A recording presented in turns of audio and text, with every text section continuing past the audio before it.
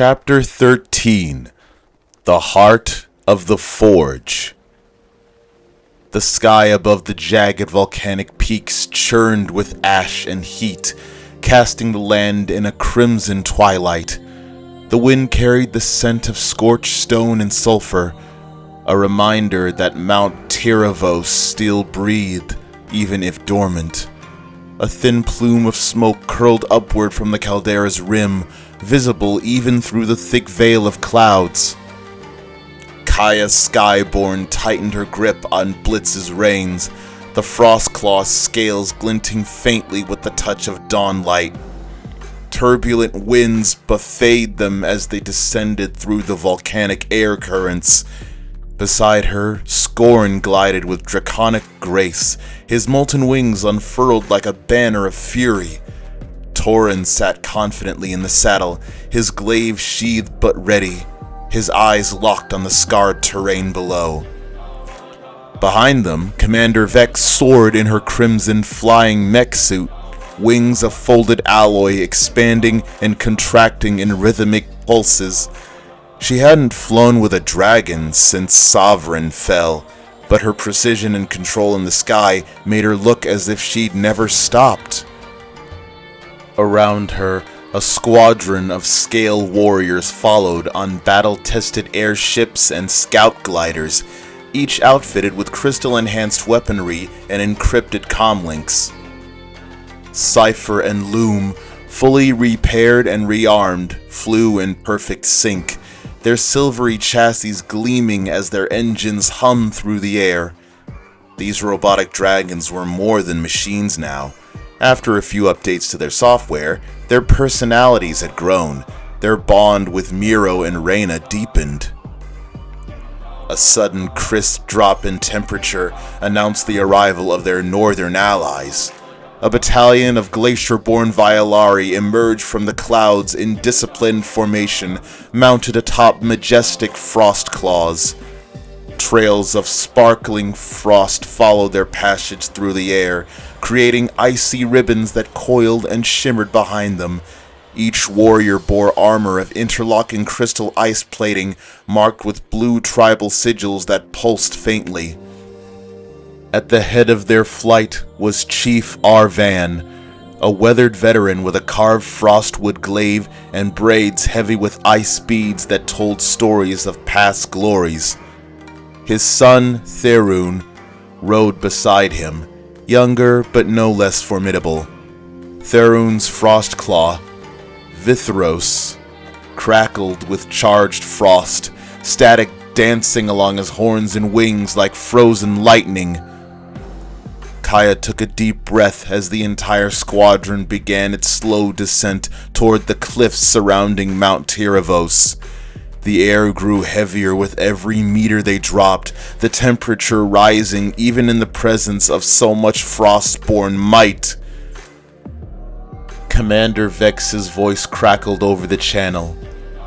This is where it began, where the first crystals were bonded, where the celestial bond was born.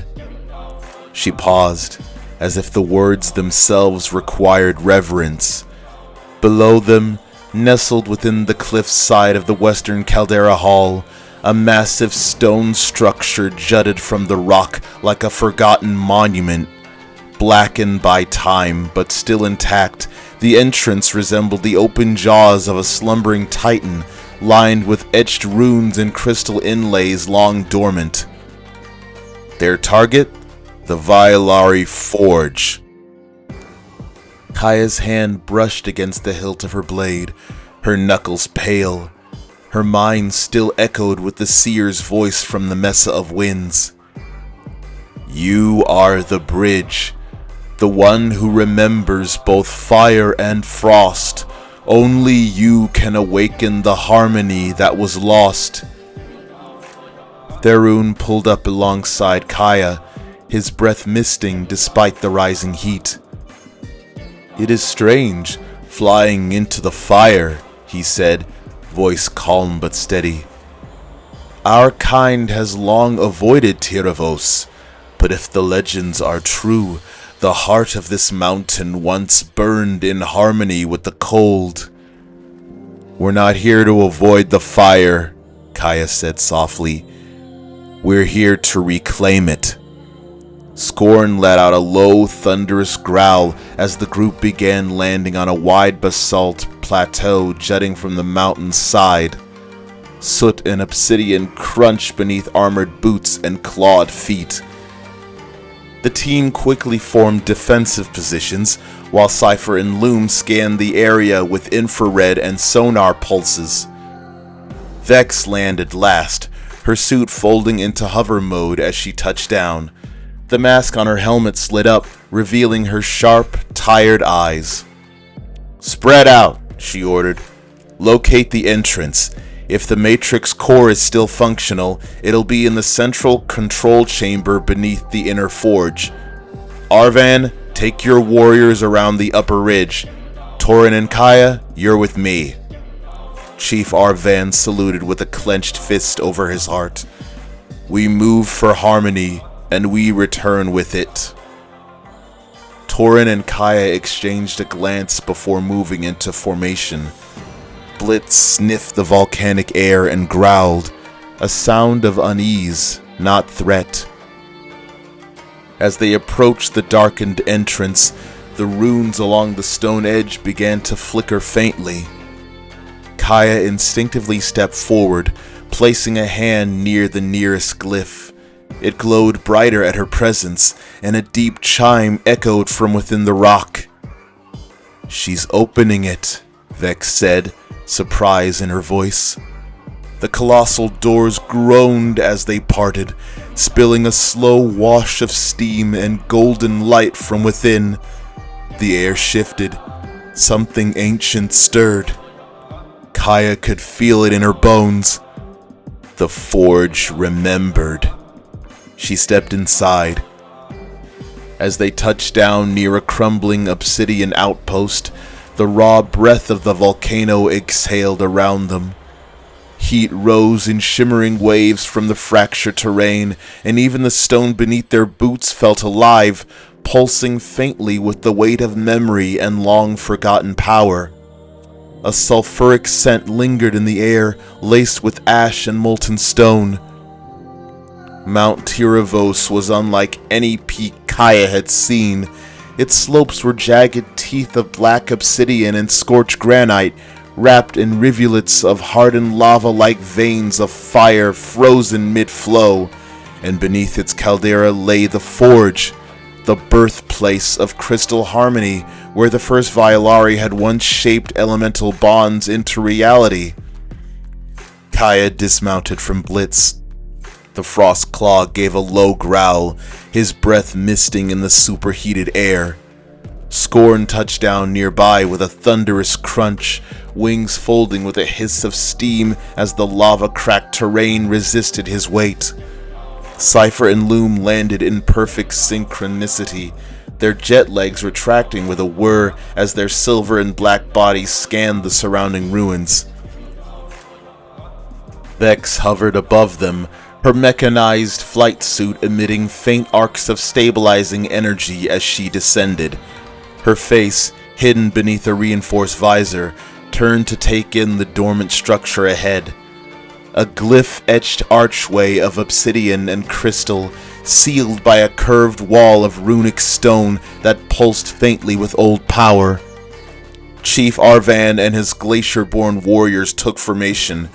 Mounted atop their frost claws, they looked like spirits of ice brought to life. Therun, Arvan's son, dismounted with fluid grace and moved to Kaya's side, his gaze steady. "This mountain breathes," he said quietly. "There is an intelligence to the stone." "It remembers," Kaya replied, just as softly. Cypher and Loom approached the entrance. Small modules folded out from their forearms, releasing a pulse of blue light that swept over the sealed stone door. A lattice of runes shimmered into view. "Old Violari code," Cypher reported. His voice held a touch of reverence. "Locked by harmonic resonance. No mechanical override available." Kaya stepped forward. Blitz followed, lowering his head as if sensing the spiritual weight of the threshold. Kaya placed her palm on the stone. A whisper, a breath, a resonance. Something deep within her stirred. The celestial bond trembled at the touch of old magic, and energy surged up her arm. Glyphs ignited beneath her hand like awakening eyes. With a grinding groan, the wall split. The gateway to the forge opened, revealing a spiraling stone ramp leading into the mountain's heart. Crimson light spilled upward, painting them in shades of war and memory. Vex stepped forward. "Let's move." The descent began. As they moved through the forge's inner tunnels, Kaya felt a strange warmth settle over her. Not the suffocating heat of lava, but the spiritual embrace of something ancient. The walls shimmered with crystal veins embedded in the volcanic glass, glowing softly like embers in a fading hearth. Scale soldiers advanced in defensive formation, weapons drawn but unneeded for now. The Glacierborn followed in equal silence, their frost claws cautious but unafraid. Cypher and Loom led the way, analyzing every curve and corridor with calculated precision. Reyna ran her fingers along the wall, tracing ancient glyphs. These stones were shaped by will and memory. This isn't just engineering, it's expression. This entire forge is alive. Torin's voice came from the rear. "It feels like we're walking through a dream." Kaya closed her eyes as they paused in a massive chamber. Stalactites of luminous crystal hung above them, refracting light from an unseen source. The forge pulsed with every heartbeat, humming with ancestral power. Then Cypher halted, his crimson eyes flickering. "Motion. 4 contacts. Rapid approach." The temperature dropped. From the far tunnel, 4 shadows leapt into view, cyborg beasts unlike anything they'd seen before. Once dragons, now unholy abominations. Their wings had been replaced with plasma thrusters, their tails were serrated weapons, limbs of alloy and scale moved with terrifying speed. Torin stepped forward, glaive at the ready. "They sent abominations." The lead beast roared, a corrupted sound of agony and metal, and the battle began. Scorn met the charge with molten fury. His jaws opened in a blast of radiant magma, the air shimmering as the heat distorted their vision. The cyber beast shrieked, if such things could feel pain, yet pressed forward with blind purpose. Their claws gouged the crystal-carved walls as they surged toward the team. Blitz darted ahead of the group, his wings slicing through the air. With one swift breath, he exhaled a glacial torrent, freezing the stone beneath the creature's feet and slowing their momentum. Miro and Reyna shouted commands to Cypher and Loom, who seamlessly entered tactical mode. Loom's form shifted, wings splitting into fins laced with plasma channels. He spun midair and launched a volley of EMP grenades that detonated around the advancing horde. Sparks exploded across the cavern as control nodes on the cyber beasts blinked out. Cypher darted between the crumbling pillars, launching shock nets that wrapped around enemy limbs and sent jolts of power into their mechanical spines. Kaya's breath quickened. Her vision narrowed, and she could feel the storm inside her building, the celestial bond awakening. She shut her eyes. She felt Blitz beside her, not just physically, in every breath, every heartbeat. "Strike true, Blitz," she whispered. Light surged from her chest, pulsing into her palms.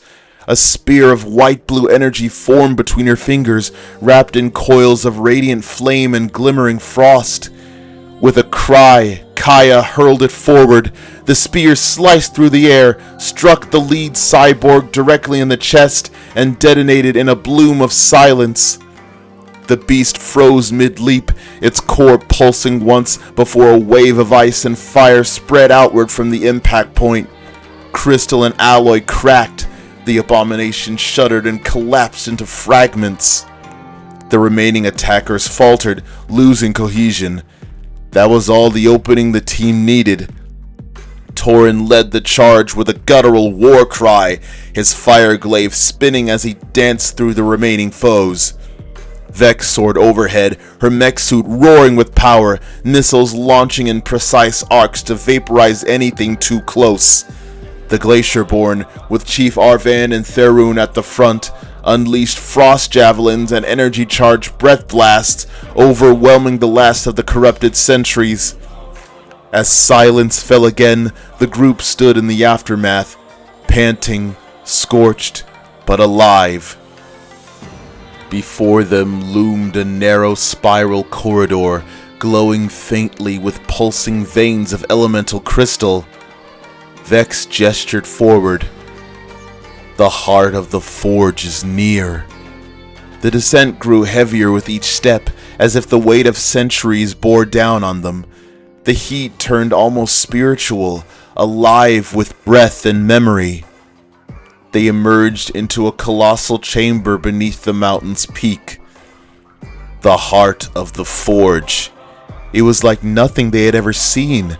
The chamber expanded into infinity, the walls reflecting flickers of flame and shimmer of frost in every direction.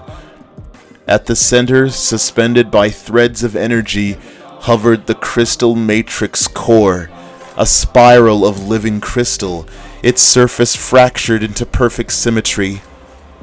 Fire and ice coiled around it in twin spirals, never merging, never separating. Together, they pulsed in a slow, unified beat. Kaya stepped forward, her eyes wide. "It's alive," Reyna whispered. "This is the source, the interface of soul and element. The Vailari must have shaped it by will alone." A pedestal stood before the spire, its surface shaped not for one, but for two.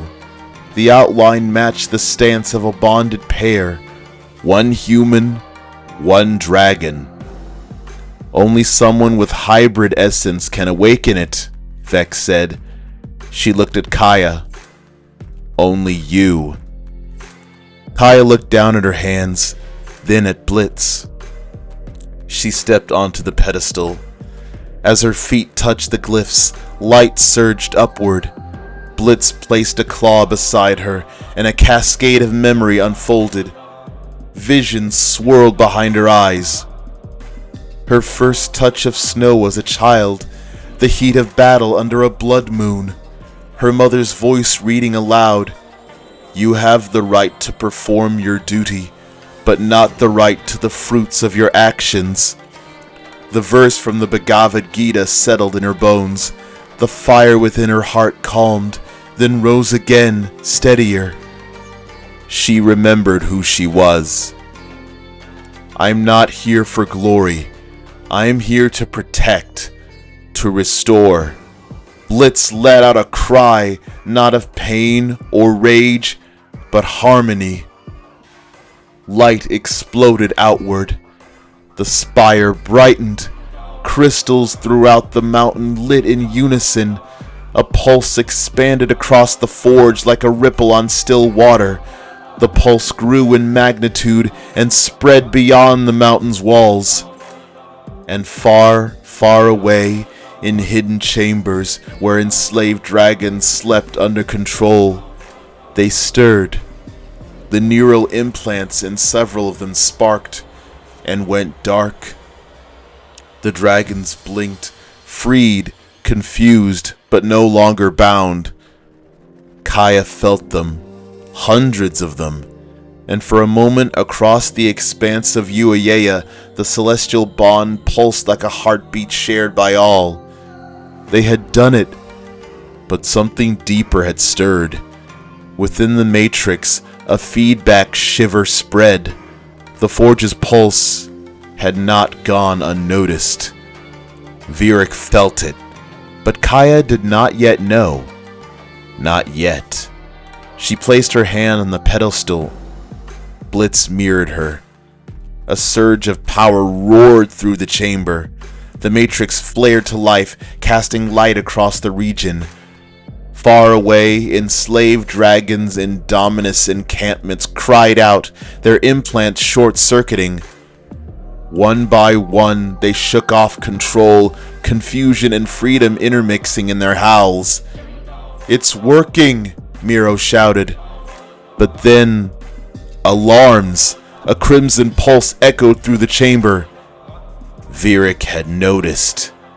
"They found us!" Reyna cried. Above, the volcanic ceiling trembled. Outside, skyships converged on Mount Tiravos. "We buy time," Vex said. "Prepare for siege." Cypher and Loom synchronized with the Forge's systems, plugging into Violari terminals. Ancient defenses flickered on. The robotic dragons pulsed with new energy, their forms shifting into hybrid designs with arcane armor and energy shields. The floor beneath them shimmered. Crystal veins glowed brighter. Pillars encased in molten rock cracked open, revealing dormant centuries. Old Guardian constructs forged before the fall of the Violari. Stone and crystal beings stirred from centuries of slumber. Kaya turned to her team.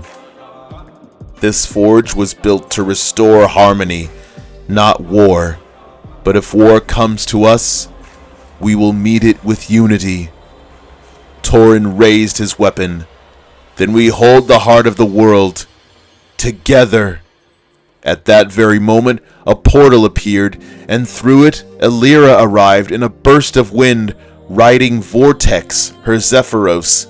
The wind dragon hovered near the forge's upper rafters, his eyes glowing with azure resolve. Reinforcements coming. Winds are shifting. We hold this line. The glacier-born warriors lined the lava-etched battlements, launching frost spears into the gathering sky. Chief Arvan and his son Therun held the southern pass, directing frost claws to reinforce the weakest points. "Shield the crystal," Arvan commanded. "The light it gives is our hope." Kaya climbed to the top of the matrix chamber, arms outstretched. Her eyes glowed like twin stars. A line from the Bhagavad Gita passed her lips. "Now I am become death, the destroyer of worlds." The light around her pulsed brighter. As the first of Virik's forces broke through the clouds, skyships bearing insignias of Solane and Nisira, their cyborg dragons leading the charge. Kaya and her allies stood unshaken. The siege of the Forge had begun.